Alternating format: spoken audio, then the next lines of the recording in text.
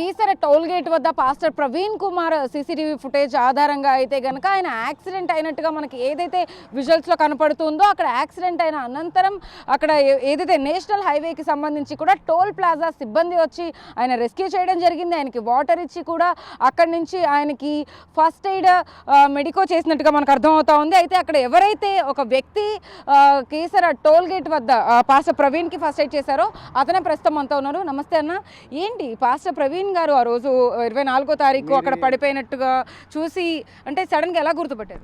మీరు ఇక్కడ ఒకటి గమనించాలా, ఆయన విక్టిమ్ పడ్డాడు, రోడ్ యూజర్ బండి మీద పడ్డాడు. అతను పాస్టరా లేకపోతే ఇంకో పేరా అని మాకు అది తెలియదు. మేము రూల్ ప్రకారం ఏ రోడ్ యూజర్ పడ్డా మేము ట్రీట్మెంట్ ఇస్తాం. ఆ టైంలో మాకు కంట్రోల్ రూమ్ నుంచి కాల్ వచ్చింది, అది రోడ్ యూజర్ పడ్డాడు, బండి మీద నుంచి పడ్డాడని కాల్ వచ్చింది. మేము మా టీంతో తొందరగా అక్కడ చేరుకున్నప్పుడు ఆల్రెడీ మాకన్నా ముందలే లైన్ మ్యాన్స్ గేట్ మ్యాన్స్ ఉంటారు. వాళ్ళల్లో ఒకళ్ళు వెళ్ళి ఆ పడ్డ విక్టిమ్ని లేపి బండి మీద కూర్చోబెట్టారు. ఆ విక్టిమ్ బండి మీద కూర్చున్నాడు. ఆ రోడ్ యూజరు బండి మీద నుంచి పడ్డ అతను లేచి బండి మీద కూర్చున్నాడు. తగిలినట్టుగా కూడా ఎక్కువ గాయాలు కూడా ఏమీ లేవు. మేము వెళ్ళి చూసాం, ఏమీ లేవు. సో ఆ బండి మీద ఉన్న అతను నిలబడలేని పరిస్థితుల్లో అతను స్టేబుల్ చేసుకునే పరిస్థితుల్లో బండి మీద కూర్చోలేకపోతున్నాడు. ఎదరికి ముందలకి ఫ్లెక్స్ అయిపోతున్నాడు, అంటే ఊగుతుంటూ మేము మేము ఎక్కడి నుంచి వస్తున్నావు ఏంటి అసలు అని అతని హిస్టరీ, అంటే అతను ఎక్కడి నుంచి వస్తున్నాడో ఏంటి అని కనుక్కున్నాము. ఏం మాట్లాడలేదు, మేము అడిగినా కానీ ఏం మాట్లాడలేదు. రెస్పాన్స్ అనేది మాకు ఎలాంటి రెస్పాన్స్ ఇవ్వలేదు. అంటే నోట్లోంచి ఒక మాట కూడా మాట్లాడలేదా ప్రవీణ్ గారు? అంటే ఏంటి నీరసంగా ఉండి మాట్లాడలేదా లేకపోతే ఎలా ఉన్నారు ఆయన? సైలెంట్గా చూస్తున్నాడు మాకెళ్ళి, హెల్మెట్ పెట్టుకుని ఉన్నాడు, మాస్క్ పెట్టుకుని ఉన్నాడు. ఓన్లీ మాకెళ్ళి సైలెంట్గా మాకెళ్ళి అలాగే చూస్తున్నాడు. నేను అప్పటికి నేను నా ప్రయత్నం నేను చేస్తున్నాను ట్రీట్మెంట్ చేయడానికి. మీరు వెళ్ళిపోయారా అక్కడికి? వెళ్ళగానే చూసిన తర్వాత ఎలా పడిపోయింది బైక్? కానీ ఆయన బండి మీద కూర్చుని ఉన్నాడు, పడిపోలేదు. బైక్ పడలేదు, ప్లస్ మనిషి కూడా కింద పడలేదు. బండి మీద యాజ్ యూజువల్ గా ఒక పర్సన్ కెమెరాలో మనం చూస్తే కనుక ఆయన ఖచ్చితంగా ఇలా ఫాస్ట్ వచ్చి పడిపోయారు. అది పడ్డప్పుడు. కానీ నేను బండి మీద కూర్చున్నప్పుడు వెళ్ళాను. ఇప్పుడు మేము పడంగానే వెళ్ళాం కదా, మాకు ఫోన్ రావాలా, మేము అక్కడ నుంచి మూవ్ అవ్వాలా. బండి మీద కూర్చొని ఉన్నాడు, అది కూడా విజయవాడ వైపు కూర్చొని వెళ్ళటానికి రెడీగా ఉన్నాడు. అప్పుడు నేను వెళ్ళి ఏంటి ఇంజురీస్ ఏమైనా ఉన్నాయా అని గేట్ మ్యాన్ అడిగితే, పడ్డాడన్నా, ఇప్పుడు ఎక్కడ పడ్డాడు చూడండి ఒకసారి అన్నాను. సో నేను యాదామావులుగా అన్ని కేసులకి ఎలా చూస్తామో అలాగే ఓవరాల్గా ఏమైనా ఉన్నాయా లేవా అని వెరిఫికేషన్ చేసుకున్నాను. నేను చూసినప్పుడు రైట్ హ్యాండ్కి ఒక చిన్న ఆపరేషన్ గీసుకుపోయి ఉంది, అంటే బ్లడ్ బాగా డ్రై అయిపోయి ఉంది. అది జరిగింది కాదు, ఫ్రెష్గా అప్పుడు జరిగింది అయితే కాదు. అక్కడ జరిగింది అయితే మేము ఇమ్మీడియట్గా హాస్పిటల్కి తరలిస్తాం. ఎందుకంటే అక్కడ బ్లడ్ వచ్చినా ఏం వచ్చినా కానీ మేము తరలిస్తాం. చిన్న గీతన ఎక్కడ చేతిలో? ఇప్పుడు మీ రైట్ హ్యాండ్ ఎక్కడ జరిగింది? రైట్ హ్యాండ్కి ఇక్కడ జాయింట్. పెద్దదైతే మరీ పెద్దది కాదు, అలాగని మరీ చిన్నది కాదు. జస్ట్ నాకు అది రెడ్డిష్గా కనబడటం ఏంటో అది క్లీన్ చేశాను, మా అసిస్టెంట్ చేత క్లీన్ చేసిన తర్వాత దిగి మాకు టోల్గేట్కి సంబంధించిన రెస్ట్ రూమ్స్ ఉంటాయి అన్న, రెస్ట్ తీసుకుంది కానీ అని ఫ్రెండ్లీగా నేను చెప్పాను. ఫ్రెండ్లీగా దిగుతాడేమో అని చెప్పి రానా రెస్ట్ తీసుకుంది. కానీ ల్యాప్టాప్స్ ఎక్కడో పడిపోతాయి, నువ్వు కూడా ఎక్కడో పడతావు, నువ్వు ఎక్కువ దూరం కూడా వెళ్ళావు. నువ్వు ల్యాప్టాప్లు ఉన్నాయా లేకపోతే ఏం సామాగ్రి తీసుకెళ్తున్నట్టు మీరు గమనించారు? ఎలక్ట్రిక్ గ్యాజెట్స్ కంపల్సరీగా. ఎందుకంటే నేను ఒకసారి వెనక్కి వెళ్ళి అసలు ఆ బ్యాగ్స్ ఒక సైడ్ కొరుగున్నాయి, ఆ ఎలక్ట్రిక్ గ్యాజెట్స్ అని నేను గమనించాను. బ్యాగ్లో పెట్టుకొని ఒక థ్రెడ్తో టై చేస్తుంది, ఒక సైడ్ కొరుకున్నాయి. సో నేను ఆ బిలాంగింగ్స్ గమనించే పోతాయి అన్న, ఎక్కడో కట్ట రెస్ట్ తీసుకో, మాకు రెస్ట్ రూమ్స్ ఉన్నాయి, రెస్ట్ తీసుకో అన్నాను. అయినా కానీ మాకు వెళ్ళి చూసాడు, ఎలాంటి రెస్పాన్స్ ఇవ్వలేదు. మాకు మనకి హెల్మెట్ తీవని అడిగాను, ప్లస్ మాస్క్ తీవని అడిగాను, ఎలాంటి రెస్పాన్స్ ఇవ్వలేదు. వాటర్ కానీ ఏమైనా తీసుకున్నారు ఇక్కడికి వచ్చి? అది మేమేమి వాటర్ కానీ ఫుడ్ కానీ మేమేమి ఇవ్వలేదు. అది వాటర్ ఇవ్వలేదు, ఫుడ్ ఇవ్వలేదు, మేమేమి ఇవ్వలేదు. జస్ట్ నోరు తెరిచి మాట్లాడలేదు కదా, అసలు ఆయన ఒక్క మాట మాట్లాడలేదు. బండి మీద కూర్చున్నాడు, మేము పర్సన్ బండి మీద కూర్చుంటే మేము అతన్ని దిగి రెస్ట్ తీసుకుంటానికి అడిగాము. సో అతను అదే సమయంలో నేను మాట్లాడుతున్నాను కానీ కిక్ కొడుతున్నాడు, స్టార్ట్ అవ్వలేదు. బుల్లెట్ బండి కిక్ కొడుతున్నాడు, స్టార్ట్ అవ్వలేదు. కుసేపు కొట్టాడు. తర్వాత సెల్కి ఆన్ అండ్ ఆఫ్ చేసి సెల్ఫ్ కొట్టాడు. సెల్ఫ్ కొడితే స్టార్ట్ అయింది. అది అప్పుడు మేము గమనించింది ఏంటంటే ఆల్రెడీ ఆ బండి పడిన సమయంలో ఎదర డూమ్ లైట్ కూడా ఊడి ఏలాడబడుతుంది. రాయల్ ఎన్ఫీల్డ్ బండిలాగా మీరు గమనించారా? అది బండికి ఏమైనా ఎదురు లైట్ ఏదైతే ఉంటుందో అది లైట్ ఊడి ఎలాడబడుతుంది. అది కూడా చెప్పి అది కూడా మేము తెలియపరిచాం అన్న. హెల్మెట్ కూడా అది లైట్ కూడా లైట్ ఊడిపోయి ఎలాడబడుతుంది.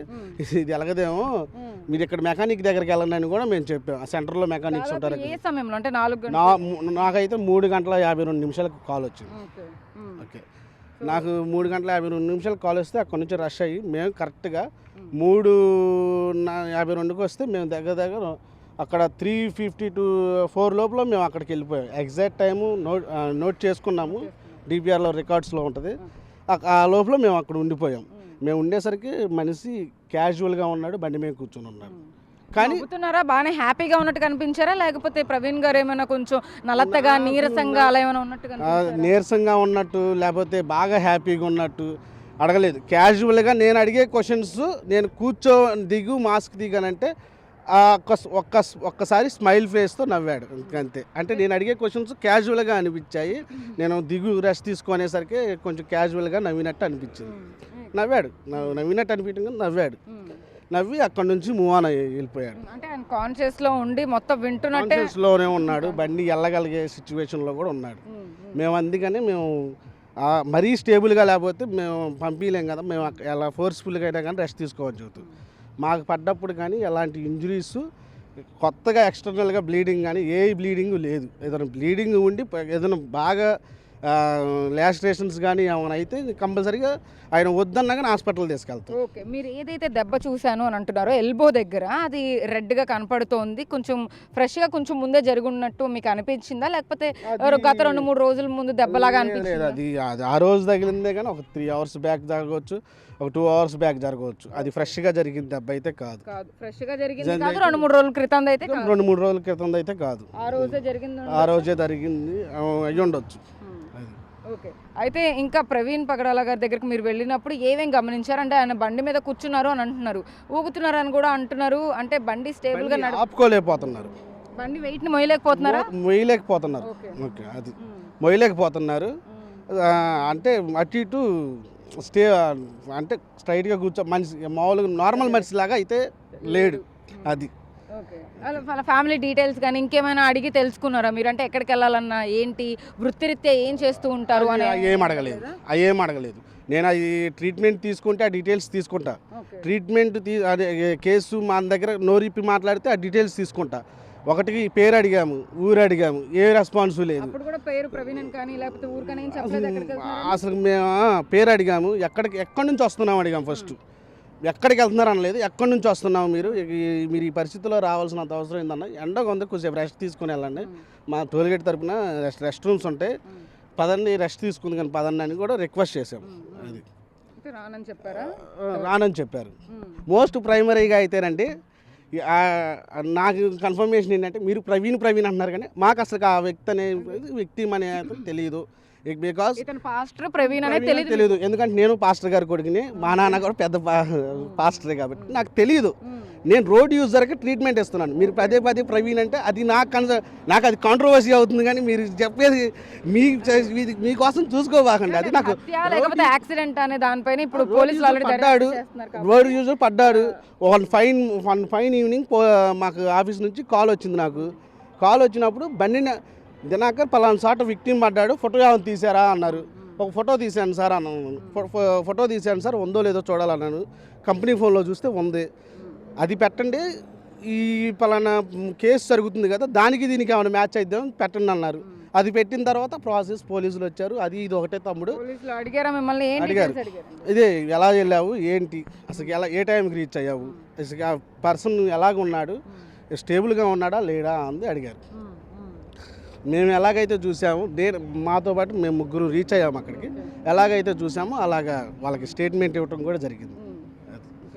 పరిస్థితి మొత్తం మీద దివాకర్ ఏదైతే చెప్తూ ఉన్నారో అక్కడ పగడాల పాస్టర్ అయితే కనుక అక్కడికి యాక్సిడెంట్ అయినట్టుగా, అంటే ముందుగానే ఒక దెబ్బ తగిలినట్టుగా కూడా ఆయన చెప్తూ ఉన్నారు. నేను కూడా ఒక పాస్టర్ కొడుకునే, కానీ నాకు ఆయన ఒక పాస్టర్ అని తెలీదు, నా వృత్తిరీత్యా నా పని నేను చేశాను అనేటటువంటి డీటెయిల్స్ మటుకే ఆయన చెప్తూ ఉన్నారు. ఏదైతే బండి మీద బుల్లెట్ బైక్ మీద వచ్చి ఆయన పడిపోయి ఉన్నారో, పడిపోయిన సమయంలో నేను వెళ్ళలేదు, ఆ తరువాత ఆయన బండి మీద కూర్చొని వెళ్ళడానికి సిద్ధంగా ఉన్న సమయంలోనే నేను వెళ్ళి ఆయన్ని గమనించాను. ఆయన ఒక మాట కూడా మాట్లాడలేదు అన్న ప్రాథమిక సమాచారాన్ని అయితే కనుక దివాకర్ అక్కడ దగ్గరుండి చూసిన పర్సనే మనతో చెప్తున్న పరిస్థితి కనపడతా ఉంది. వీడియో జర్నలిస్ట్ శివరామకృష్ణతో సాహిత్య, బిగ్ టీవీ, కీసర నుంచి.